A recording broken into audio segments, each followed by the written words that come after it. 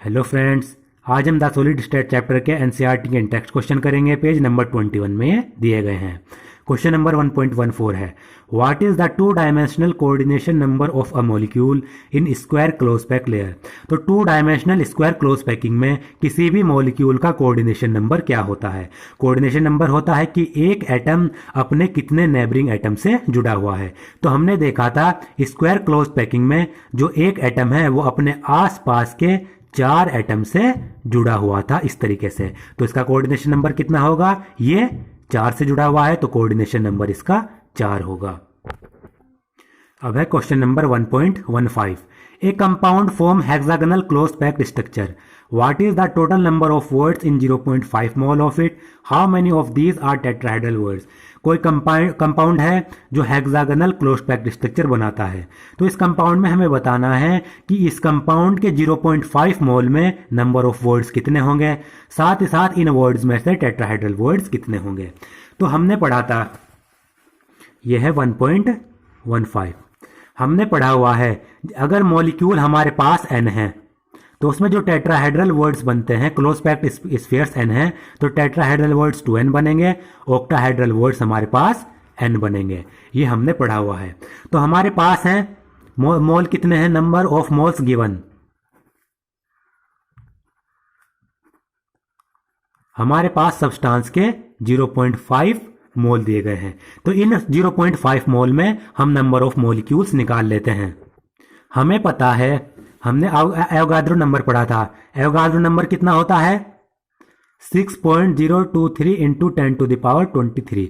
हमने पढ़ा है कि एक मोल में या तो 6.023 इंटू 10⁻23 मॉलिक्यूल हो सकते हैं, एक मोल में इतने एटम हो सकते हैं, या फिर एक मोल में इतने आयंस हो सकते हैं। तो इसका मतलब एक मोल में इतने कॉन्स्टिट्यूएंट पार्टिकल हो सकते हैं। और जितने कॉन्स्टिट्यूएंट पार्टिकल्स हमारे पास होते हैं उनको ही हम क्या मानते हैं? क्लोज पैक्ड स्फीयर्स मानते हैं। तो सबसे पहले हम 0.5 मोल में नंबर ऑफ कॉन्स्टिट्यूएंट पार्टिकल निकाल लेते हैं। तो नंबर ऑफ कॉन्स्टिट्यूएंट पार्टिकल्स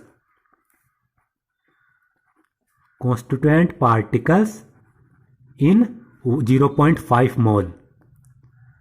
इससे लिखने से पहले हम एक और चीज लिखते हैं, 1 mole is equal to 6.023 into 10⁻23 जो एवोगाड्रो नंबर है मॉलिक्यूल।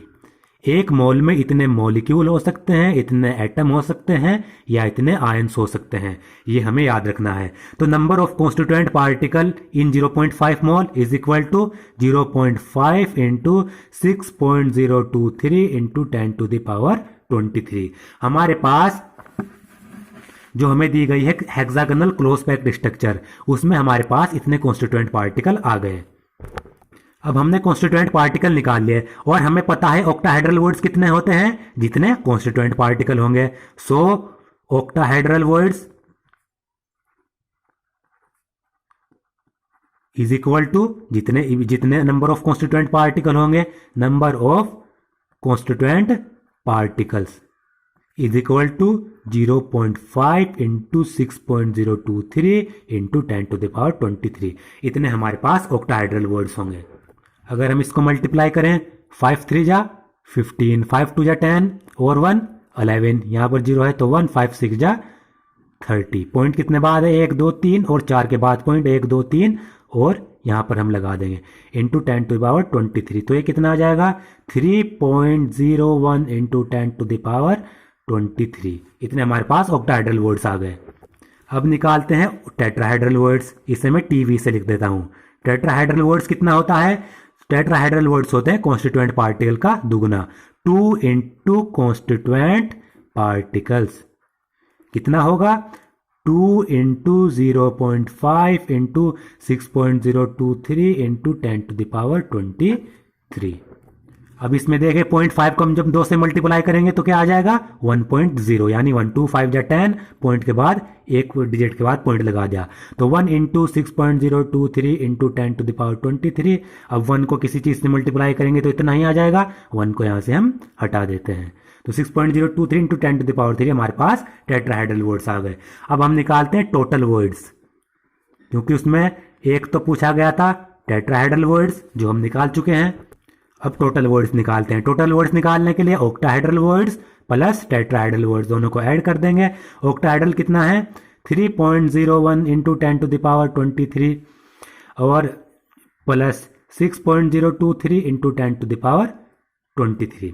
तो अब इसे देखें, इसमें भी 10⁻23 है, इसमें भी 10⁻23 है, इसको हम कॉमन ले लेंगे। कॉमन लेने के बाद यहाँ पर पहले क्या बचा 3.01, फिर प्लस दिया हुआ है प्लस लगा देंगे, यहाँ पर क्या बचा 6.023, क्योंकि इससे से मल्टीप्लाई करने के बाद ये पूरा आ जाएगा, फिर प्लस लगाएंगे, इससे से मल्टीप्लाई करने के बाद ये आ जाएगा, तो हमने यहाँ पर ये कॉमन ले लिया। तो 10⁻23 3.01, यहाँ पर ये 0 ही है, तो 0 और 3 3, 1 और 2 3, 0 और 0 0, 6 3 9। अब ये आ गया हमारे पास, तो हमारा टोटल वर्ड्स कितने हो गए 9.033 इंटू 10⁻23। ये हमारे पास टोटल वर्ड्स आ गए, ये हमारा आंसर हो गया। अब क्वेश्चन नंबर अगला देखते हैं। Question number 1.16, A compound is formed by two elements m and n। एक कंपाउंड है वो दो एलिमेंट से मिलकर बना है, एलिमेंट m और element n। The elements n form CCP and atoms of m occupy 1/3 of tetrahedral words.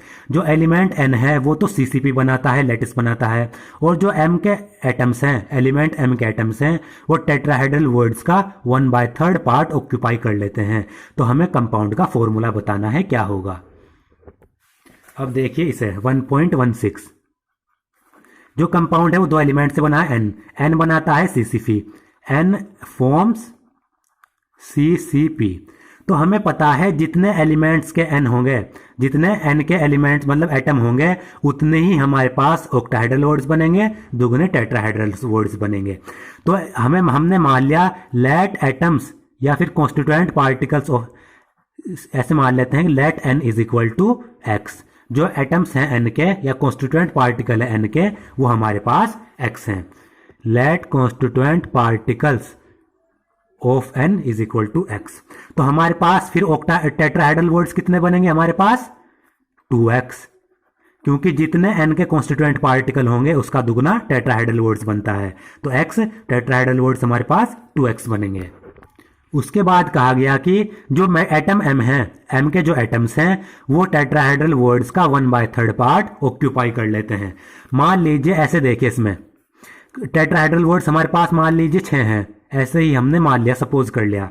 तो और जो उसका एटम्स m के जो एटम्स हैं वो इन टेट्राहेड्रल वर्ड्स का 1/3 पार्ट ऑक्यूपाई कर रहे हैं। तो 1/3 ऑफ 6 कितना होगा 2, यानी टेट्राहेड्रल वर्ड्स के 2 पार्ट ऑक्यूपाई कर रहे हैं एटम्स m के।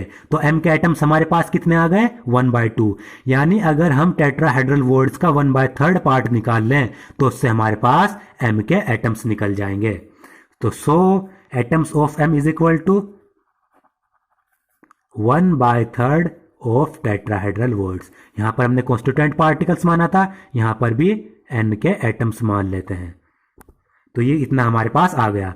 तो 1/3 टेट्राहेड्रल वर्ड्स हमारे पास कितने हैं 2x। तो ये आ जाएगा, m के जो एटम्स आ जाएंगे वो 2x/3 आ जाएगा। अब हमें क्या करना है m/n करना है। इसमें जब हम इनका जो रेशो निकालेंगे उस सबसे पहले हमें जो एटम टेट्राहेड्रल या ऑक्टाहेड्रल वर्ड्स को ऑक्यूपाई कर रहा है उसे पहले रखेंगे, जो कॉन्स्टिट्यूएंट पार्टिकल बना रहा है, लेटिस बना रहा है, उससे बाद में रखेंगे। तो m/n is equal to m हमारे पास 2x/3 है, n हमारे पास x है, तो इसको m/n भी लिख सकते हैं। इसे लिख लेंगे 2x/3, x के नीचे क्या होगा यहाँ पर 1 होगा, तो x/1, ये ऊपर का ऊपर मल्टीप्लाई, नीचे का नीचे मल्टीप्लाई। तो m/n is equal to 2x into 1/3 into x। x से हमारा x गया, तो हमारा रेशो क्या आ गया 2/3। 2/3 हमारा m/n के बराबर आ गया। अब हमें बस करना क्या है, जो इनके आमने सामने की वैल्यू है उससे कंपेयर कर देना है। तो m के सामने 2 है तो m 2, n के पास सामने 3 है तो n 3। ये आ जाएगा कंपाउंड का फॉर्मूला।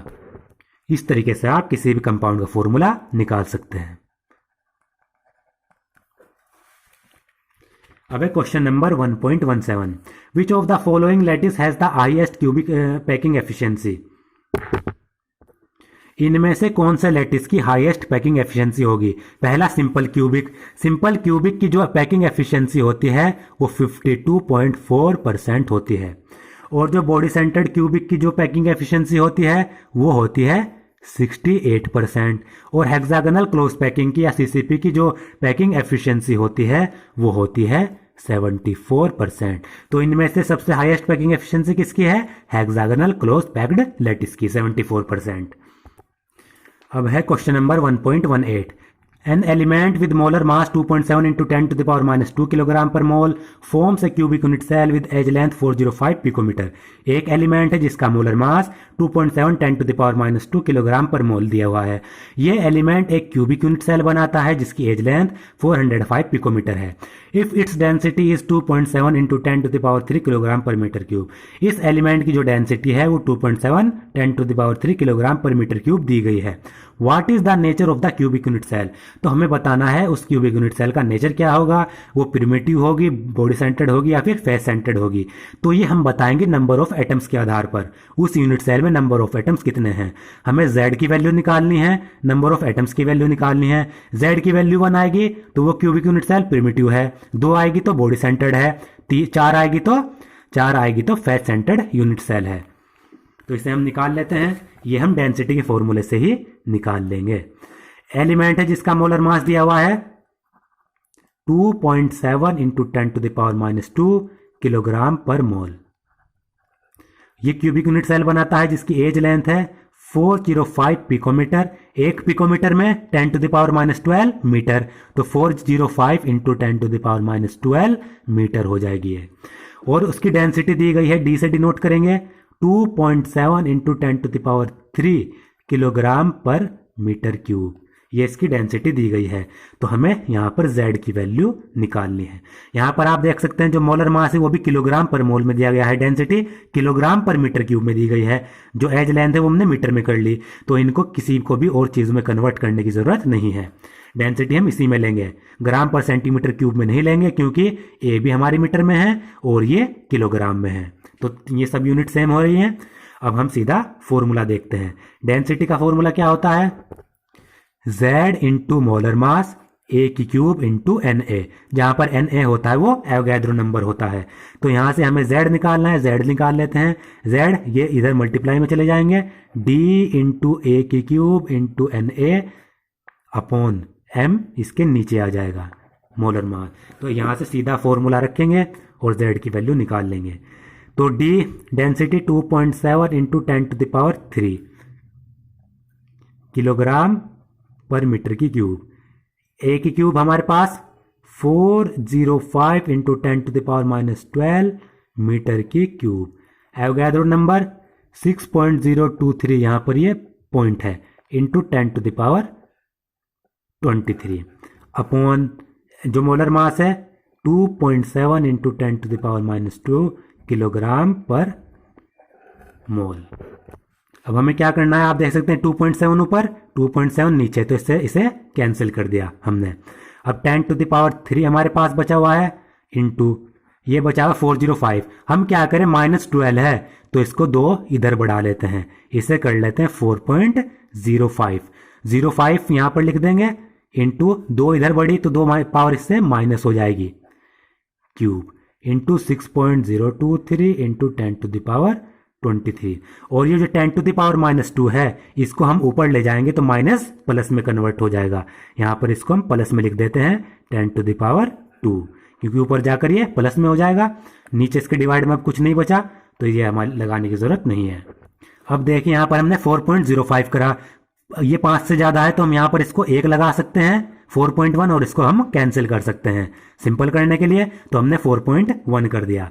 अब देखिए इसका बेस सेम है, 10 to the power 3, 10 to the power 2, 10 to the power 23। जब बेस सेम होता है तो पावर ऐड हो जाती है मल्टीप्लाई में, तो 23 पावर, 2 25 पावर, 3 28 पावर, तो ये हो जाएगी 10 to the power 28। ये तीनों हमने ऐड कर दी क्योंकि इनका बेस सेम है, पावर ऐड हो जाएगी मल्टीप्लाई में। फिर आ जाएगा 4.1 का क्यूब। जब हम 4.1 को 3 बार मल्टीप्लाई करेंगे तो इसका आ जाएगा 68.92, या मल्टीप्लाई कर देख सकते हैं, ये इतना आ गया। और 10 to the power -10 into 3, 10 to the power minus के 30, क्योंकि ये मल्टीप्लाई हो जाएगा। इसका 4.1 का क्यूब निकाला, 4.1 इंटू 4.1 इंटू 4.1, उसके बाद 6.023 ये हमारे पास बच गया। अब देखिए, अब यहाँ पर 10 टू द पावर 28 इंटू, ये माइनस में है तो 2 हम इसको इधर कर लेंगे, 0.69 कर लेंगे, क्योंकि 5 से ज़्यादा है तो यहाँ पर 9 कर लिया और 2 पॉइंट इधर बढ़ा दिया। 2 पॉइंट इधर बढ़ाया था 2, 10 टू द पावर माइनस 28 बचेगी इंटू 6.023, माइनस से प्लस गया, प्लस की पावर 28 है, माइनस की पावर 28 है, कैंसिल हो जाएगी। बचा क्या हमारे पास 0.69 इंटू 6.023, इनकी मल्टीप्लाई करके देख लेते हैं। 6.02 इंटू 0.69, तो 9 2 जा 18, 1 9 6 जा 54 इंटू 6 2 जा 12, 1 6 1 6 6 जा 36, 8 2 1 3 4 1 5 6 5 11 और ये 4, 1 2 3 4 1 2 3 4, ये आ जाएगा 4.15 और 4.15 z की वैल्यू आई, तो हम इसको अप्रोक्सीमेटली कितना मान सकते हैं, क्योंकि 4 के करीब है तो z की वैल्यू 4 आ गई। z की वैल्यू जो 4 होती है वो फेस सेंटर्ड यूनिट सेल में होती है। तो ये हमारी जो यूनिट सेल आई वो क्या आई, face centred cubic unit cell, क्योंकि इसमें z की वैल्यू एटॉमिक, उसमें नंबर ऑफ एटम्स की वैल्यू 4 होती है। तो दोस्तों, आज का मेरा वीडियो अगर आपको पसंद आया हो तो प्लीज़ मेरे चैनल को सब्सक्राइब करें और इस वीडियो को ज़्यादा से ज़्यादा शेयर करें।